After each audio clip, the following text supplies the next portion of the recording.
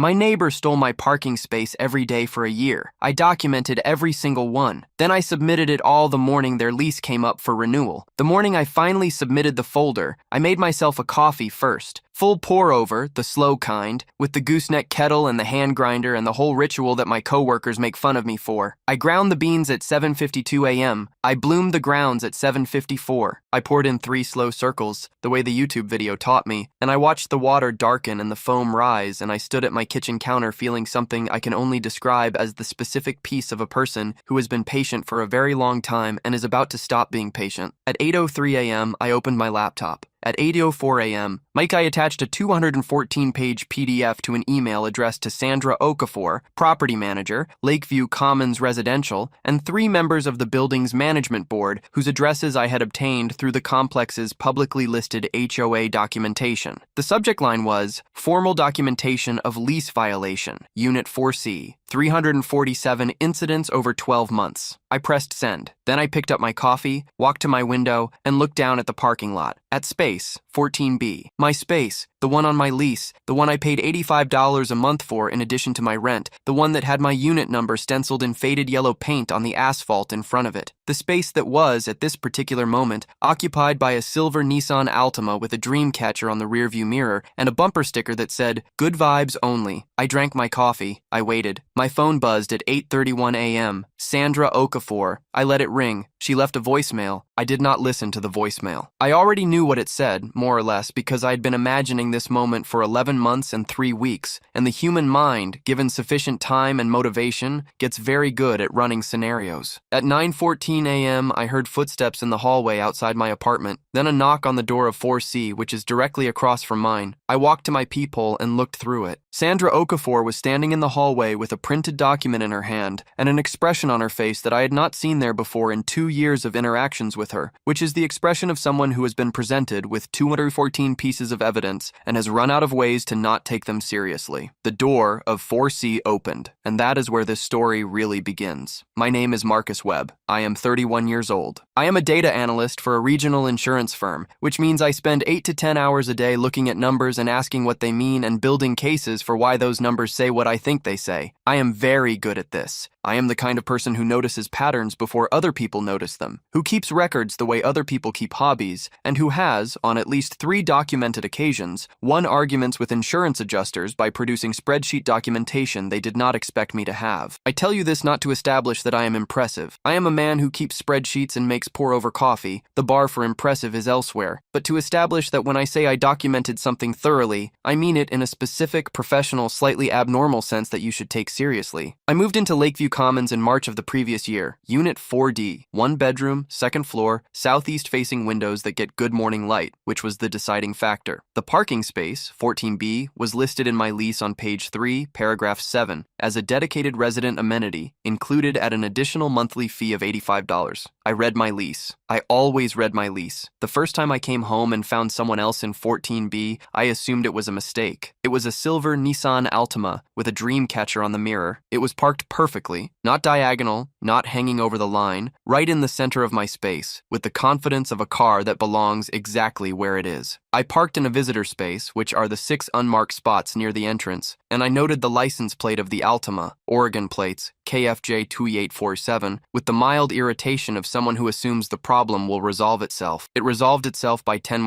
p.m. The Altima was gone. I moved my car. I did not think about it again. The second time was 4 days later. Same car, same space. I parked in visitor again. This time I mentioned it to the Altima as I walked past. Not to the driver, who wasn't visible, just to the car itself, in the way you talk to inanimate objects when you are alone in a parking lot at 6:45 p.m. and slightly tired. You're in my spot, I told the dream catcher. The dream catcher swayed gently on the mirror and did not respond. The third time, I left a note. Polite. Printed, because my handwriting is terrible. Hi! I think you may have parked in my assigned space by mistake. Space 14B is assigned to Unit 4D. Thank you. I put a smiley face at the end, because because I believe in de-escalation as a first principle. The note was gone the next morning. The Altima came back that evening. That was when I started to understand this was not a mistake. Her name was Jolene Rafferty. I learned this from the building directory about a week into the situation. Unit 4C, directly across the hall from me, which explained how she'd identified my space. She would have seen me leave in the morning, watched which space I returned to, clocked the distance between my spot and the entrance and her spot, which was 14F and involved walking around the corner of the building, and made a calculation. My space was closer. My space was more convenient. My space was therefore, in the logic she appeared to operate by, hers. I knocked on her door. She opened it on the second knock. She was in her mid-30s maybe, with the energy of someone who has never in their adult life been told that a thing they wanted was not available to them. She had the dream catcher vibe in person too. Linen everything, a crystal or two visible on the bookshelf behind her, a diffuser going in the corner putting something lavender into the air. Good vibes, only. "Hi," I said. "I'm Marcus from 4D. I think you might be parking in my space." She looked at me with an expression that was pleasant and slightly confused, like I'd said something in a foreign language. "I'm in the lot," she said. "Right, but 14B is my assigned space. It's on my lease." Oh, a pause. I didn't realize it was assigned. I thought the numbering was just like for reference. I want to be fair here because fairness matters to me. There is a version of this where that's an honest misunderstanding. Some parking lots do work that way, but the numbered stencils on the asphalt, paired with the unit numbers painted in the same yellow, are a fairly unambiguous communication system, and Jolene Rafferty did not strike me as someone who had failed to notice them. "It's assigned," I said. "The lease is pretty specific about it. Mine is 14B. "Oh, sure," she said. "Sorry about that. I'll figure something out." I thanked her. I went back to my apartment. I felt the mild, pleasant relief of a person who has handled an awkward thing gracefully. She was in my space the next evening. I am going to take you through the escalation chronologically, because the chronology matters. Because I think the thing that drives people crazy about stories like this is not the individual incidents, but the accumulation of them, the way each one lands on top of the previous ones, until the stack is so high it becomes its own separate problem. Week 2. Jolene is in 14B approximately 4 evenings out of 7. I park and visit her. I email Sandra Okafor for the first time. A polite, factual email describing the situation, including the neighbor's unit number, the license plate, and the dates I'd observed the violation. Sandra responds within 48 hours, saying she'll send a reminder to all residents about assigned parking. A generic reminder goes out to the building. Jolene is in my space the following evening. Week 4. I knock on Jolene's door a second time. She opens it and her face does something that I will come to recognize as her tell, a brief, almost imperceptible arrangement into an expression of surprised innocence, like a person who has just been caught at something and is deciding in real time to be surprised instead of caught. "Oh gosh," she says, "I thought I'd figured it out. I'll be more careful." She is in my space the next morning, which is a Saturday, and stays in it until 2 p.m., week 6. I send a second email to Sandra. Sandra calls me this time, and is audibly more tired than in the previous communication. She says she's spoken to the resident in 4C and reminded her of the parking policy. I ask if there's any enforcement mechanism. Sandra says she can issue a formal warning. I ask her to do that. She says she will. Jolene is in my space 6 out of 7 days the following week. That is when I made the decision. I had, by this point, lost approximately 40 visitor space parking instances, spent an estimated 6 to 8 additional minutes per incident walking the longer distance from the visitor spaces to my entrance, and submitted 2 formal complaints that had produced exactly 0 behavioral change in Jolene Rafferty. I had also begun to feel something that I want to describe precisely, because I think it's important. Not rage, not obsession, but a very specific and focused frustration with the gap between what a thing is supposed to mean, a signed lease, a numbered space, a formal complaint, and what it actually produces in the world when the other party simply doesn't care. I care about that gap professionally. I quantify it for insurance actuaries, and I decided I was going to quantify it here too. The equipment cost me $340 total. A Wise Cam V3 with weather-resistant housing mounted on a small bracket I attached to the exterior of my window with command strips and a piece of thin copper wire for stability. The camera had a 130-degree field of view that, positioned correctly, covered the entire 14B space plus a portion of 14A and 14C. It ran continuously on a 128GB micro SD card that I swapped out monthly and transferred to an external drive. I also used the Wise app's time-lapse feature, which automatically compiled daily thumbnails I could scan in under a minute to identify whether an incident had occurred. I also installed a secondary backup, a Blink outdoor camera on the other corner of my window, overlapping coverage zone. After a windstorm in month 3 temporarily disrupted the Wise's angle, I built a spreadsheet, date, time of arrival, arrival, time of departure, duration, Wise clip reference number, Blink clip reference number, visitor space I'd used as a result, estimated additional walking distance. I gave each incident a unique incident ID in the format LP year, 3-digit sequential number, LP for lot parking. I named the spreadsheet Project 14B in a folder on my desktop called, with some irony I allowed myself, work stuff. The first incident I logged was LP 2023-001, October 14th, 6:17 p.m. Jolene's Altima pulling into 14B while I was actively trying to pull in myself. I had to reverse out and go around to visit her, and I captured it on both cameras from 2 angles with a clarity that would have satisfied a forensics team. I logged LP 2023-347 on October 12th of the following year, 11 months and 28 days later, 347 incidents. I need you to sit with that number. Not because I want sympathy. I've had people tell me I should have done something sooner and they're not wrong, and I've had people tell me I was obsessive and they're also not entirely wrong, but because 347 is a number that means something specific. It means that for nearly 12 months, on more days than not, a person looked at a thing that belonged to me, looked at the line around it with my number stenciled in yellow paint, and chose to put her car there anyway, repeatedly, without consequence, because consequence had not arrived yet. I was going to be consequence. I want to tell you about the 3 conversations I had in months 5 through 7 that changed how I thought about what I was doing. The first was with my building's HOA representative, a semi-retired contractor named Phil Garrison, who had been on the board for 9 years and who I'd seen at one resident meeting looking deeply tired about everything. I requested a meeting with him directly, not through Sandra, but through the HOA contact email listed on the building's public documentation, and he agreed to coffee in the lobby on a Saturday morning. Phil Garrison is the kind of man who expresses everything through a single sigh. He has the sigh of someone who has seen every version of every neighbor dispute and has accepted, at some cellular level, that they are all essentially the same dispute wearing different clothes. I explained the situation. He sighed. I showed him my spreadsheet. Month 5 at that point, 164 incidents, and I watched his eyebrows go up in a way that temporarily interrupted the sigh. "You've been keeping a log," he said, "since October." He looked at the spreadsheet for a long time. Sandra issued a warning, 1 verbal, 1 written, on record. He sighed again, but differently. This was the sigh of someone recalibrating. "The thing is," he said, "a single warning doesn't do much. The enforcement mechanism with parking is lease violations. 3 documented violations, formally filed, triggers a lease review. But Sandra's complaints go in as general notices, not specific violations per incident." He paused. "If you had documented individual violation reports, how specific does the documentation need to be?" He looked at my laptop screen again. "That's specific," he said. "Time-stamped, with the vehicle identification, formally submitted per incident." I nodded. "What's the lease renewal date for 4C? He told me. October 15th. I thanked Phil Garrison very much, drove to a coffee shop, and built out the rest of the submission framework. The second conversation was with a tenant rights attorney named Gwendolyn Park, who had been practicing residential property law in Oregon for 14 years. I found her through a local bar association referral and paid $150 for a 30-minute consultation because I wanted to understand the full legal picture before I committed to a year-long documentation project. "What are your rights here?" she said after I explained. "That's what I want to understand." She was precise and quick in the way that good attorneys are when you've asked a clear question. My lease gave me rights to the specific space. The lease violation section, she had me read her the relevant paragraph while she listened, indicated that repeated lease violations by any resident could be grounds for non-renewal at the management's discretion. The documentation burden was on me to establish the pattern since the management company was demonstrably not building its own record. I could not have the car towed without the management's approval, which they declined to give twice despite my requests. What I could do was build the record that gave the management company no reasonable alternative to taking action. "Here's my honest read," Gwendolyn Park said. "If you submit 1 or 2 incidents, they'll file a note and move on. If you submit a year's worth of time-stamped, video-documented incidents the morning her lease comes up for renewal, the management company has a decision to make. Either they enforce the lease terms, or they're on record choosing not to, which creates liability exposure." I asked her if she thought they'd enforce. "Depends on the management company," she said, "but 347 incidents is a very hard thing to look at and do nothing about." I said I didn't have 347 yet. She said, "Give it time." The third conversation was with my friend Terrence, who is not a professional of any kind relevant to this story, but who is one of the smartest people I know, and who I trust to tell me when I'm being unreasonable. We were at a bar in month 7. I had 203 incidents logged. I told him the full story: the camera, the spreadsheet, the Gwendolyn Park consultation, The plan. He was quiet for a moment. Then he said, "How much time are you spending on this per week?" I thought about it. 15 minutes? 20? The camera does most of it. I just do the weekly review and log, and you're going to keep doing this for 5 more months. 4.5. He drank his beer. "Man," he said, "I would have lost my mind by month 2. "That's because you would have kept confronting her," I said. "Confronting her doesn't work. She just resets. Every confrontation is a new start for her. I needed something she couldn't reset." Terrence thought about this. "So you're basically building a case." "I'm building a case." He pointed his beer at me. "Don't tell anyone about this until it's over. They'll tell you to stop." He was not wrong about that either. Month 9 was when things got complicated. Jolene had apparently noticed the camera. I don't know exactly when. I reviewed the footage, and there's a moment in early July where she pauses in the parking lot and looks up at my window with an expression that I can only describe as calculating, and then continues to her door. 3 days later, she knocked on mine. I opened it. "Hi," she said. She was pleasant in the way she was always pleasant. Surface smooth, good vibes only, the crystal and linen presentation fully engaged. "I wanted to chat about the camera." "Sure," I said. "I just want to make sure it's not pointed at my car specifically, because that feels a little like surveillance, and I'm not super comfortable with that. I want to tell you what I felt in that moment because it was interesting. Not anger, not triumph, but a kind of focused clarity. She had noticed she was being documented, and her response was not to stop doing the thing being documented, but to attempt to remove the documentation. "The camera is pointed at my parking space," I said, "which is 14B. If your car is in 14B, yes, it will appear in the footage." "Right, but the camera is legal," I said. "It's positioned entirely on my window and covers public areas of the property. I've reviewed Oregon surveillance law and confirmed this with an attorney." Gwendolyn Park had confirmed this in month 3 when I'd asked. "If you're concerned about your car appearing in footage taken of my space, the simplest solution is to park in 14F. She looked at me for a moment. The good vibes surface flickered slightly. "I just think this is getting a little intense," she said. "I feel like we got off on the wrong foot and now there's this whole thing." "Jolene," I said, gently but very clearly, "I've asked you to stop parking in my space twice. I've filed 2 formal complaints with management. The camera is documenting my space because my space is being used without my permission. That's the whole thing." She left without resolving anything, which I had expected. She was in my space the next morning. LP 2023-271, October 8th.